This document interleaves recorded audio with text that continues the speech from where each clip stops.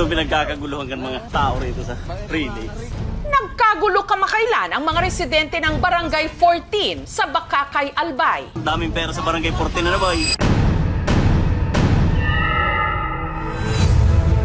Sa kanilang mga kanal kasi, may mga nahukay. Boy, pahingi kami ng pera. Na pera? Oo. Bawat anak meron. Nasa 500 na rin. Mahigit na. At parang unlimited daw ang nakukuha nilang barya. Oo, bawat bunot meron. Kahit pa nasa kanal, ang pera, pera. Kaya bardagulan sa pagkuha. Imbis na isda yung mahuli. Puro pera. Ang nakadiskubre sa nakatagong pera sa kanal, ang magkakaibigang Gab, Nathan at Jacob. Ibili daw yata po yun ng merienda. Tumatakbo daw po siya. Hanggang ang 10 pisong barya na hawak ni Gab. Aksidente niyang nabitawan. Dito ng mga bata nahulog yung 10 pesos nila. Madumi, maputik, pilit nilang kinukuha.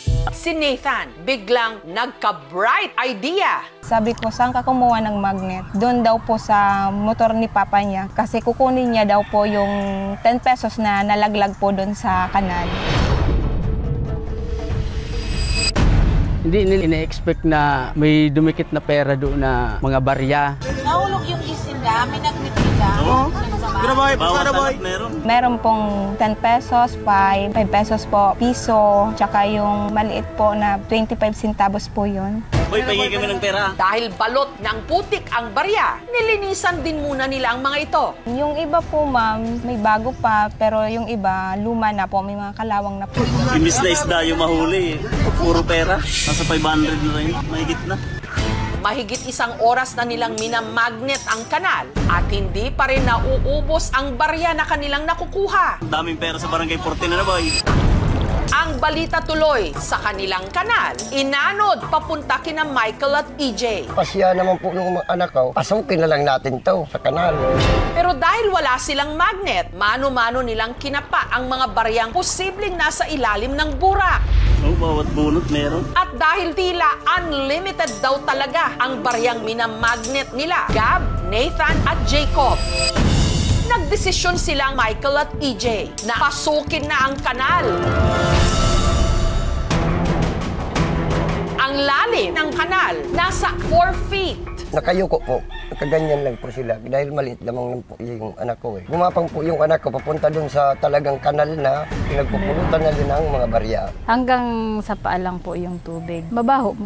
At unang salang pa lang daw ni Michael, bumaharaw talaga ng barya. Naka 400 pesos po silang mga barya. Tuwang-tuwa po sila na nakakuha sila ng ganun karami ng pera.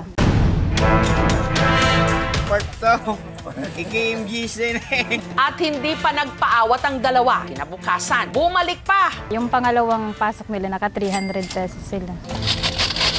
Nakuha na naman sa galing ang Barangay 14. At mukhang naka-jackpot daw sila sa kanilang pangatlong subok. Dahil sa pagkakataong yon, hindi na lang isa-isang barya ang kanilang nakuha. May mga naka-plastic ng barya. Magkano kaya lahat ito? Sumisigaw si yung anak kong si Michael. Pera sa kanal! Pero ang 1 million peso question ngayon, Oo, bawat bunot meron. paanong sa ilalim ng kanal tila bumabaha ng barya na naka-plastic pa? Ngayon pa lang nangyari nagkakakuha ng mga barya dito sana. Kaninong pera ang mga ito? Pera sa kanal! Susunod para makumpirma kung meron pa nga bang mga baryang nakalubog sa kanal. Ang pamunuan ng Barangay 14 nag-general cleaning. May makuha pa kaya sila? Oo, bawat bunot meron. Hahalukayin natin ang sagot sa aming pagbabalik. Nakuha na naman sa galing ang Barangay 14. Ano daw pinagkakaguluhan ng mga tao rito sa relay? Pinagkaguluhan ng mga residente ng Bakakay, Albay ang kanal na ito sa Barangay 14. Daming pera sa Barangay 14 na boy. Sa mga nakalipas kasing araw, ang ilang mga kabataan may nakuha ritong mga barya. Nakuha na naman sa galing ang Barangay 14. Imbis na isda yung mahuli. Puro pera. Yung nalinisan na po yun, nakuha po nila sa halagang 400 po. Ang tatlo, hating kapatid. Yung kay Nathan po, ibinigay niya po sa akin para daw po pambili ng baon-baon niya. Si Jacob po, binili niya daw lahat-lahat ng pagkain. Nahulog yung isinda, may nagnitinda. Bawat anak meron. Medyo pinagsabihan ko rin. Para sa akin po talaga, madumi talaga yun, di ba? Delikado po yun. Ang ibang nagsunuran gaya ni na Michael, tiba-tiba rin. Naka 400 pesos po silang mga barya. Yung pangalawang pasok nila, naka 300 pesos sila. Pera sa kanal!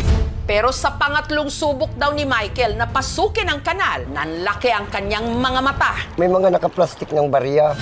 May dalawang pirasong 20 pesos, 60 pesos din na buong tigsasampo. Magkano naman kaya ang kabuuang halaga? 150 pesos. Bawat anak meron. Ang tanong pa rin, saan kaya nanggaling ang mga barya? Walang idea eh. Aksidente lang na. Ang pamunuan ng Barangay 14 may hinala. Batay sa akin na pag-alaman, may isa akong residente dito na binibigyan yung dati nakalistinong pare dito ng coins. Nakaparadang nagpapadyak dito. May nakikita na ang taong yon nagtatapo ng plastic. Daming pera sa Barangay 14 na boy.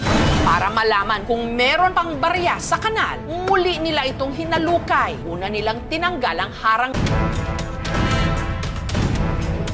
Pagkababa, kinapakapa ang ilalim ng kanal.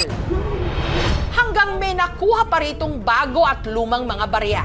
Ang ilan, balot ng putik. Ang iba, kinalawang na. May nakuha silang 26 na piraso ng 1 peso coins, isang 5 peso coin at 14 na tig 25 centavos. Suma total, 35.50. Ang plano namin tatago na lang bilang souvenir. Maraming mga mikrobyo yung makukuha natin sa exposure natin sa tubig kanal. So ilan sa mga very common yung E. coli, salmonella, maaari silang magtae, magsuka, no? Pwede rin silang lagnatin at maging critical yung kanilang kondisyon. Para sa mga kabataan na huwag nang tatangkain pumasok pa sa mga kanal dahil hindi naman lahat ng kanal dito may mga barya sa loob. Daming pera sa Barangay 14 na boy. money doesn't grow on trees. Boy, pahingi kami ng pera.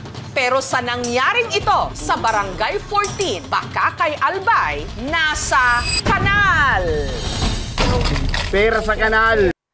Thank you for watching, mga kapuso. Kung nagustuhan niyo po ang videong ito, subscribe na sa GMA Public Affairs YouTube channel.